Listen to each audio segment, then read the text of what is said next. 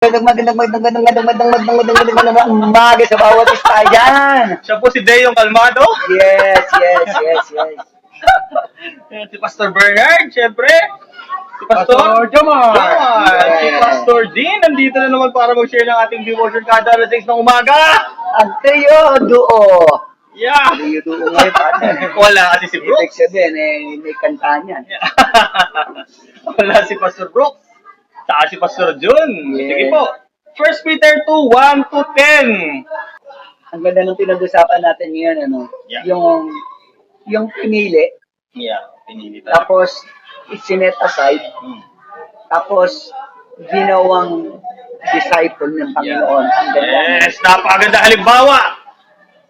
Ako po ay nanggaling sa tatay na Yes. niwang kami. Okay. Sumama sa ibang mga babae. Basically, yung 10 years ko, kami-kami na lang ng nanay ko, mga kapatid ko, lahat ganyan. Dumaan kami sa paghihirap. Siyempre, mahirap iwanan ng tatay. Pag inisip mong mabuti, pwedeng sabihin ng mundo, wala ang kwentang tao, wala ang mararating. Pero iba yung nakikita ng Diyos sa akin. May mabuting plano ang Diyos sa buhay ko. Kaya ito ako ngayon, naglilingkod sa Diyos. Ikaw naman, Pastor. Kaya pala yung may eksakto, no? Sabi ni Jeremias na bago ko palang isinilang, pinili na kita. Yes. So, yung pala yung plano ng Diyos na hindi natin minsan maintindihan, hindi natin maarok yung lalim ng may mga masasakit, may mga yung pala gusto lang ipakita ng Diyos na merong gagawin ng Diyos kasi pinili kayo. Yes. Diba? Ang hirap kaya, lumalaki ka na walang tatay. May time pa sa buhay namin na tagal-tagal, wala kaming kuryente. Wala kaming tubig. Di mo alam paano gagawa ng paraan para magpatuloy sa buhay. Kaya masasabi ko na halos sa simbahan ako nagkaisip at nagkamuwang eh. Kasi doon ako sumisiksik para ay paano may makain. At least may nag-adapt. Yun ang Yes, masarap. si pastor na nag-alaga sa akin. Natulungan ako sa pag-aaral, nagabayan ako ng maayos. Siya yung parang tumayong tatay sa akin. Tayo naman, pastor.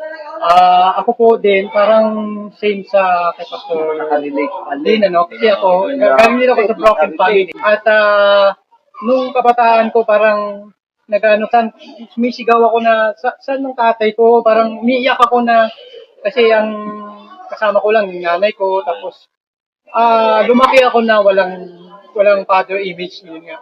Pero salamat sa Panginoon na ngayon, ayaw kong mangyari sa pamilya ko yung nangyari sa akin kasi yun nga, salamat sa Panginoon na kami ngayon, ang aking pamilya, mga anak ay sabi nga sa Joshua, as for me in my house, we will serve the Lord. So yun din po yung inilagay ng Diyos sa puso ko na desire na maglingkod sa Kanya. Wow, ito yung pagiging countercultural eh. Oh. Yung ginawa ng mundo sa amin, binigyan ng pressure para maging kawawa, maging walang kwentang tao sa pananaw ng mundo, para halos itulak kami na gumawa ng masama.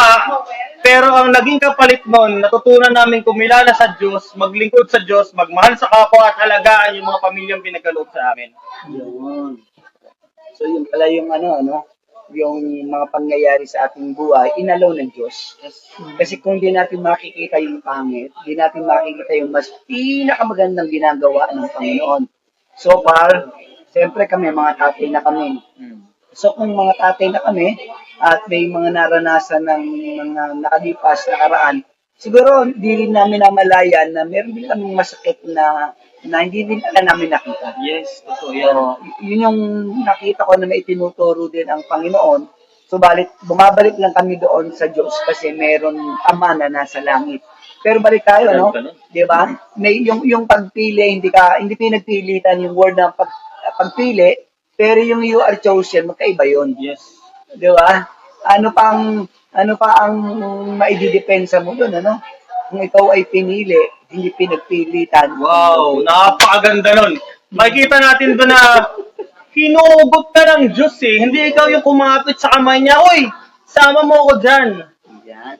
Talagang, si Lord yung pumili sa atin eh, no? Tapos, Amen.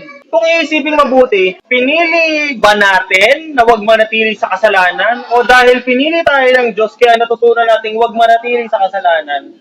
makikita natin dito yung effort ng Diyos sa buhay natin para makakilala tayo sa Kanya, para paglingkuran natin siya, para parangalan natin siya. So napakaganda ng pananaw ni Pastor sa Diyos base dito sa verse na to kasi si Lord yung continuous pursuer natin. Para patuloy niya tayo sinusuyo, nililigawan, pinili para makakilala tayo sa Kanya at maglingkod tayo sa Kanya. Patuloy niya pinaparamdam yung pagmamahal sa atin. Kahit na masasabi ko na hindi kagalingan yung tatay ko, with all honesty, napakagaling naman ng tatay ko sa Pero at langit. least, may naging tatay ka pa rin. Meron. Yung tatay mo pa rin yun, siguro, mga sitwasyon na naging negative lang tayo, pero in other side, meron din kabutihan pa rin yan. Ito yun, ang ganda nun, Pastor. Yung negative, ginawa mong positive, di ba? Kung ano mang pangit ang nangyayari sa tao, pwede maging maganda. Sa pananaw na nandyan ng Diyos, hindi niya pinapabayaan. Kamusta naman po yung yung identity natin ngayon, di ba? So, identity in Christ, maganda na yun ang nilagay ng Diyos sa puso natin na kung ano tayo, stand tayo doon kay Kristo Jesus, tumayo tayo na tayo ay kung ano yung nilagay ng Diyos sa atin, doon tayo nag-stand. Kasi tayo ay mga Christian, ibig sabihin, without Christ, we can do nothing. Talagang nagagawa natin dahil si Kristo Jesus na nasa atin. So ano man yung nagagawa natin, nakakatulong tayo sa kapwa natin, especially sa ating family ay mabigyan natin sila ng attention, yung love na tinatawag, una-una sa ating loob, sa ating pamilya, before sa labas, at yun ay magre-reflect no, kung Ganda naman ang sinabi ninyong dalawa. Pag pinagsasama kayo sinasabi nyo, ang lumalabas ganito eh. Kahit anong iba to sa atin ng mundo, wala yun. Ang magbibigay ng identity natin at magsasabi kung sino tayo, walang iba kundi Panginoon.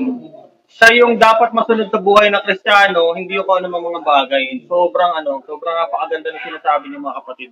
Ano pa ba? Huwag natin kalilimutan yung ginawa ng Diyos ang creation. Pinaka-stage yan yung tao eh. Yes. Binigyan niya ng buhay. So yung image, wow, ganda. Image ng Diyos na binabalik ng Diyos. Kaya kung isipin, ito yung dinedeclare natin sa buhay natin, hindi lang sa salita pero sa gawa. Kung sino ba talaga tayo kay Kristo, kung ano yung kaya niyang gawin sa buhay ng tao. Dumako naman tayo sa ating reflection questions. How is your hunger for God's Word? Is it an appetite or an obligation? Yung inyong gutom sa salita ng Diyos. sa akin, hunger, kasi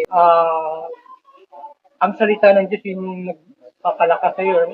Sa araw-araw, pagising natin, kailangan natin ng lakas eh. So, ang lakas ay nagmumula sa Diyos. Nagre-reflect tayo, nag-ano tayo sa salita ng Diyos, humihingi tayo ng kanyang lakas, ibig sabihin yung word niya, kung ano yung nais niyang sabihin para sa atin, ay yun ang magpapalakas sa atin.